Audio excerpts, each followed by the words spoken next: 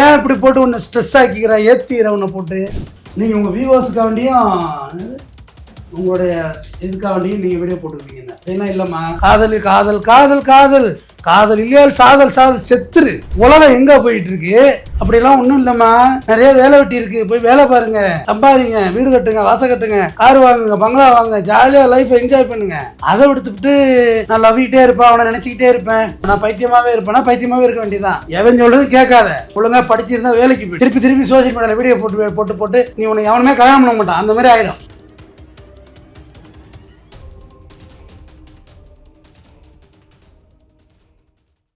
அனைவருக்கும் வணக்கம்.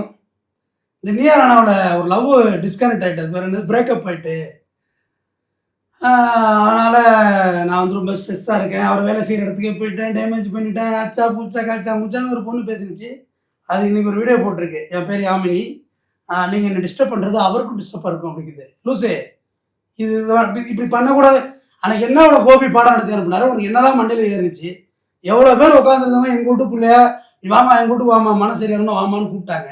அவங்களெல்லாம் நீ என்ன மதிக்கிற? மறுபடியும் போய் உட்காந்துக்கிட்டு வீடியோ போட்டுக்கிட்டு என்ன தெரிஞ்சிருக்குன்னு நினைக்கிறேன். ஆமாம், இவர் பேர் மானஸ்த, ஆளை பார்த்தா அப்படி தெரியல, பேர் வைக்கல குப்பரை கிடந்தாருன்னு சொல்லுவாங்கல்ல, அந்த மாதிரி என்ன உங்களுக்கு தெரிஞ்சிருக்கும். நீயா நானாவில் வந்து செலிபிரிட்டினா தான் என்னை வந்து எல்லாருமே வீடியோ போடுறீங்க, ட்ரோல் பண்ணுறீங்க, என்னை கழுவி ஊற்றுறீங்க. பரவாயில்ல, ஊற்றிட்டு போங்க.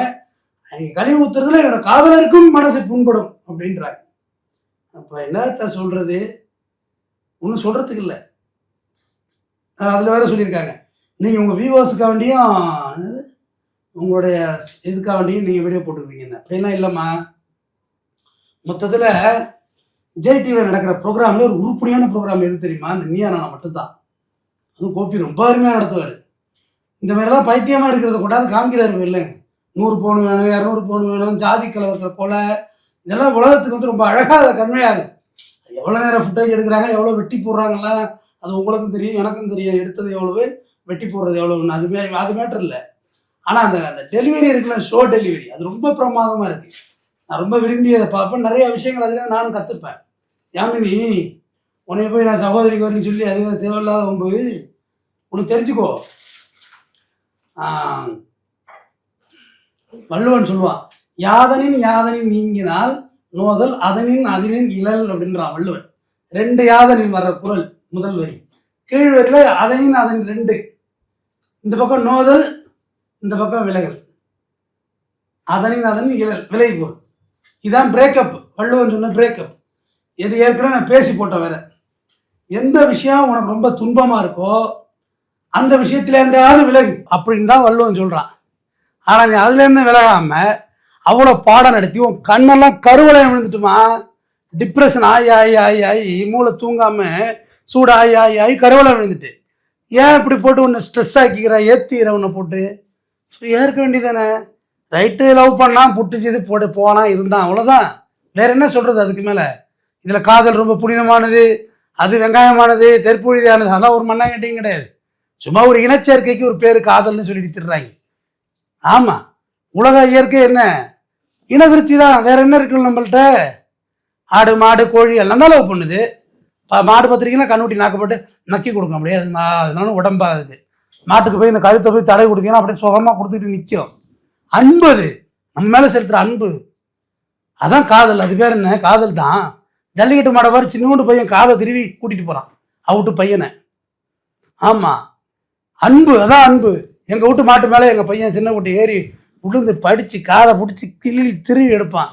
அது அப்படியே படுத்துருக்கும். ஏறி இருப்பது குழந்தை. லைட்டாக முண்டுனா கூட கொம்பு, பெரிய கொம்பு அடிச்சிடும், மாட்டை பிள்ளைய முட்டிடும்.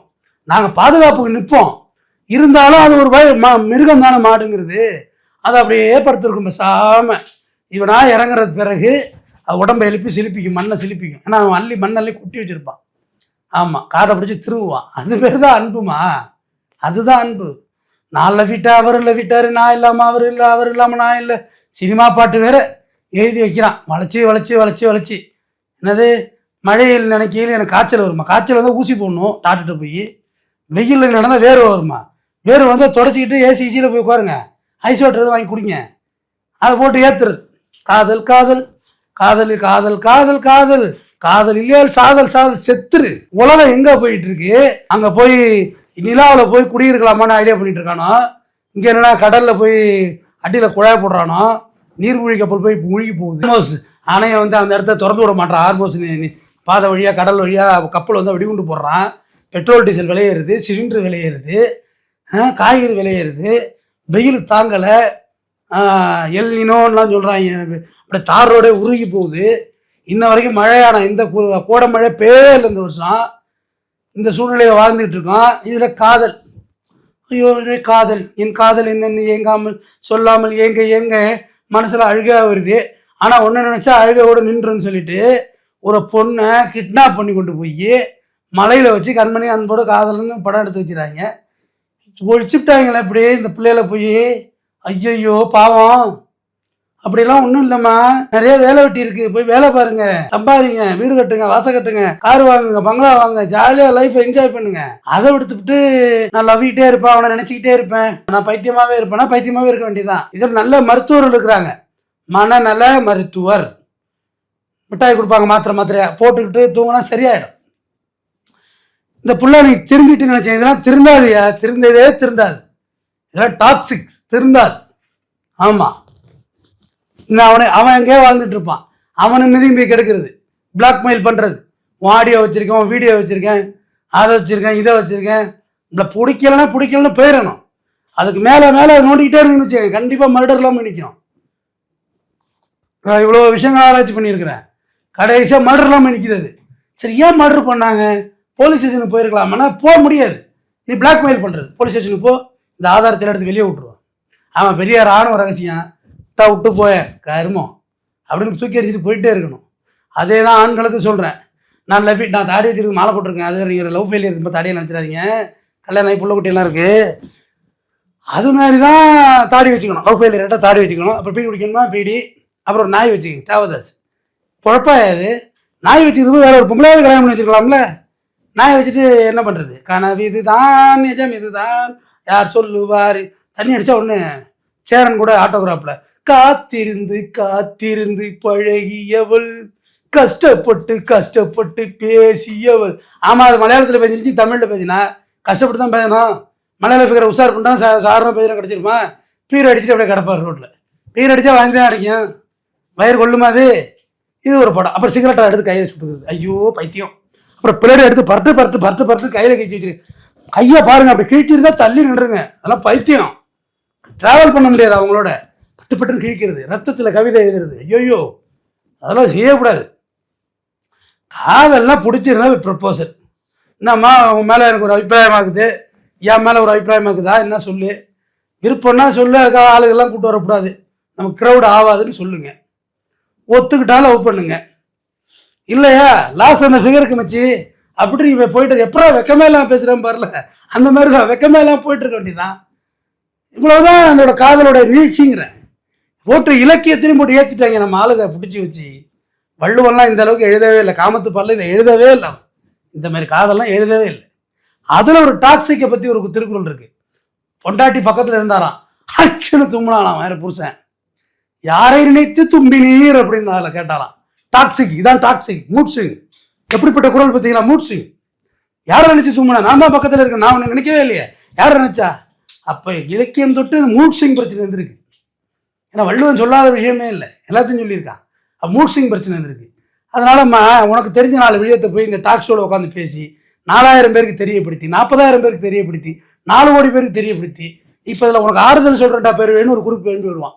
ஐயோ மேடம் டோன்ட் வரி அபவுட், எல்லாரும் இருக்கும் வாங்க அப்படின்னு சொல்லி அவனும் உன்னை ஏமாற்றி விடுவான். நம்பாத, அவனும் உன்னை ஏமாற்றிட்டு ஓடிடுவான்.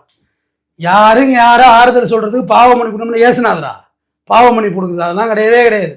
ஒரு பொம்பளைகிட்ட ஒரு ஆம்பளை பேசுகிறான்னா ஒரு காரணத்தை தவிர ஒரு காரணம் தான் கிடையாது, பச்சையாக பேசுகிறேன். வேற எப்படியாவது உன்னை கரெக்ட் பண்ணிடலாமா அப்படின்றது தான். அப்படி இல்லைன்னா உனக்கு எனக்கு தொடர்பாக இருக்குன்னு 4 பேர் கிளப்பியாவது போயிடுவான். அவனால நம்பாதீங்க. உங்கள் அப்பா அம்மா இருக்காங்களா, உங்கள் அப்பா அம்மாட்ட போய் காலில் விழுந்து மன்னிப்பு கேளு, பா தெரியாது தப்புன்ட்டப்பா அப்படின்னு மன்னிப்பு கேளு. உங்கள் அண்ணன் இருந்தா அண்ணன் ஏதோ ஒரு வழியில் தப்புன்ட்டேன் மன்னிச்சுக்க அப்படின்னு சொல்லுங்க, அவங்க ஒன்று ஏற்றுப்பாங்க. வெளியாளுகளை நம்பாத. தோழிகள் சில பேர் வருவா, டோலி ஃபீலிங்காக இருக்காடி வா பப்பில் போய் ஆளுக்கு 4 பீர் சாப்பிடுவோம் சரியாயிடுன்னு அழைச்சிட்டு போயிடுவாங்க. உன் வாழ்க்கையை குட்டிச்சோராக ஆக்கிடுவாங்க.